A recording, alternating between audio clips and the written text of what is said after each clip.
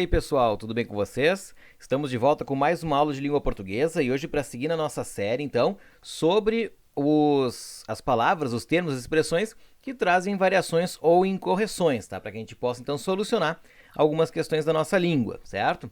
Esse é o vídeo de número 4, então, contendo mais 5 pares para a gente analisar no decorrer das próximas páginas, certo? Então, vamos começar.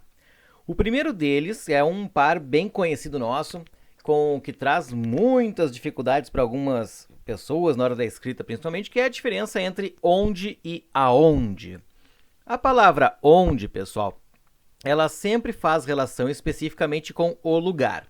Vamos dizer assim que está próximo daquilo que é estático, tá? Daquela posição, daquela localização para onde a gente vai fazer referência, tá? Então, por exemplo, onde está aquela fatia? Quando eu pergunto onde está aquela fatia, eu quero saber o local onde ela se encontra, tá? Então, é uma relação que se faz, né, com o verbo estar, naquele caso, que não pede preposição nem nada, né, só ilustra o local onde ocorre, né, essa situação. Que nem a última frase, eu não sei onde deixei aquilo, né? Quem deixa alguma coisa em algum lugar, né? Então, esse onde aí remete ao lugar onde foi deixada aquela coisa que foi mencionada na frase. Diferente disso, né, é a relação com o verbo de movimento, tá?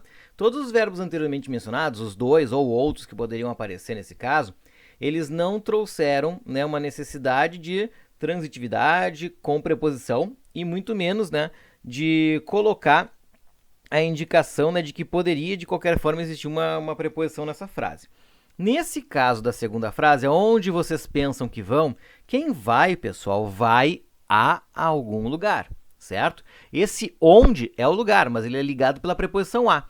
Então, o que acontece? Nos verbos de movimento, nas perguntas que refiram, né, com esse verbo, né, ou até impossíveis respostas e tal, a gente vai ter o uso do aonde. Mas vejam que é um caso muito particular, tá? Normalmente, o uso é sem o a na frente, é com o onde determinando o lugar para o qual ele se refere, né?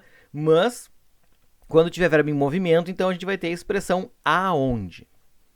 Muito bem, pessoal. Aqui uma diferença mais simples, tá? Porque os dois casos são possíveis também são aceitos, do aceita-se e do aceitam-se, mas para isso a gente tem que identificar quem é o sujeito dessa oração, tá? Normalmente, a gente pode encontrar o sujeito colocado posteriormente ao verbo, porque essa construção ela está também na voz passiva sintética. Se nós transformarmos na passiva analítica, a gente vai perceber que o sujeito, então, ele está colocado a posteriori, tá? Ele veio depois do verbo. Por exemplo, aceita-se a tua petição. A tua petição é aceita. Ah, então, o sujeito é a tua petição. Sendo assim, o sujeito no singular, o verbo no singular. Aceitam-se as tuas ideias. As tuas ideias são aceitas. Então, o sujeito está depois do verbo no plural, portanto, o verbo também vem ao plural, certo? Então, fica aceitam-se. E depois aceitavam-se como eram, né? Voz reflexiva, eles aceitam eles mesmos, né? Então, a gente pode colocar também o verbo no plural. Então, a gente precisa identificar quem é o sujeito desse verbo para poder dizer, então, se será no singular ou será no plural. A palavra afim, que caiu na moda, né, com a gurizada que gosta de dizer quando está, né, apaixonadinho ou tendo atração por uma pessoa e fala que está afim de, né? Então, a gente tem que cuidar as condições de uso, porque tem duas possibilidades, basicamente, do afim com o a separado e do afim todo junto. O afim com o a separado ali, pessoal, ele expressa uma finalidade. Eu faço uma coisa com vistas de que algo aconteça. Eu faço uma coisa a fim de que algo ocorra. Comamos a fim de que não passemos fome. Então, a finalidade de comer é não passar fome. Então, ali nós temos a preposição e o substantivo fim, né, que dá essa ideia de finalidade. Já o afim junto, pessoal, ele é um adjetivo e ele está caracterizando determinada pessoa ou situação de acordo com a circunstância, né? Então, eles tinham pensamentos afins. Eles tinham pensamentos comuns, eram próximos, né?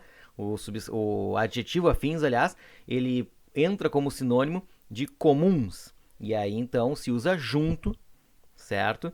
Nessa palavra. Eles eram afins entre si, né? Então, fulano era afim da Beltrana, como ambos estavam afins, né? Então, a gente pode colocar no plural porque se refere ao sujeito, é a quem, né, o adjetivo nesse caso, ou o predicativo do sujeito, ele se relaciona. E o sujeito é no plural, né? Então pode ser afins, ok? Então, relembrando, afim separado, o a do fim é finalidade, o afim junto é algo comum, é gostar de algo, certo? Muito bem. Gente, viagem com G ou viagem com J. Os dois existem, pessoal, só que a gente tem que considerar que o viagem com G é o substantivo, tá? É o nome daquilo que vai ser feito, é a viagem. A viagem de navio inicia hoje. Então, esse viagem com G está aí colocado justamente porque ele é o substantivo que indica essa ação que será feita, mas é o nome da ação. Agora, o viagem com J, ele pode acontecer, como na última frase ali, quero que eles viajem para a fazenda. Então, eu peguei o verbo viajar, que é com J, fiz a conjugação toda dele e acabei encontrando, né, lá no presente do subjuntivo, o viagem, então, nessa circunstância. Lá no início, eles viajam demais. Claro, aqui eu não coloquei viagem, né? Mas eu coloquei viajam porque é para mostrar que é o verbo conjugado com o J, tá? Então, quando for o verbo, vocês podem utilizar com o J. Quando for o substantivo, vocês vão usar com o G. Depois, pessoal, já finalizando aqui nosso vídeo, a gente tem a diferença famosa de mal para mal, tá? A gente sabe, quem já estudou um pouquinho disso, entende que a gente consegue encontrar a resposta pelo par antônimo, né? Mal é o contrário de bem, mal é o contrário de bom. Mal é advérbio, mal é adjetivo. Então, se a gente sabe dessas condições, tá? O mal é adjetivo, ele vai sempre se relacionar com um substantivo.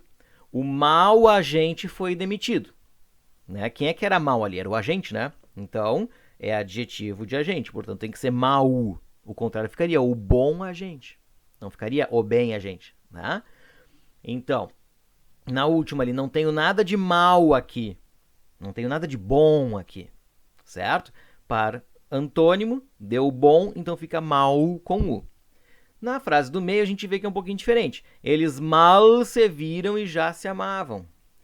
Mal se viram, né, indica a condição do ato de ver a pessoa, né? Eles mal tinham se visto, né? Tinham se visto há pouco tempo, né? Não aprofundaram ainda muito do olhar um para o outro. Então, na circunstância de advérbio, fica mal com L, certo? Então, o que interessa aqui, né, é que vocês realmente consigam identificar que o mal com é adjetivo, o mal com L é advérbio. Certo, pessoal? É isso aí por hoje. Daqui a pouco, logo mais, a gente manda mais vídeos para falar um pouquinho sobre essas diferenças. Um abraço para vocês e até a próxima!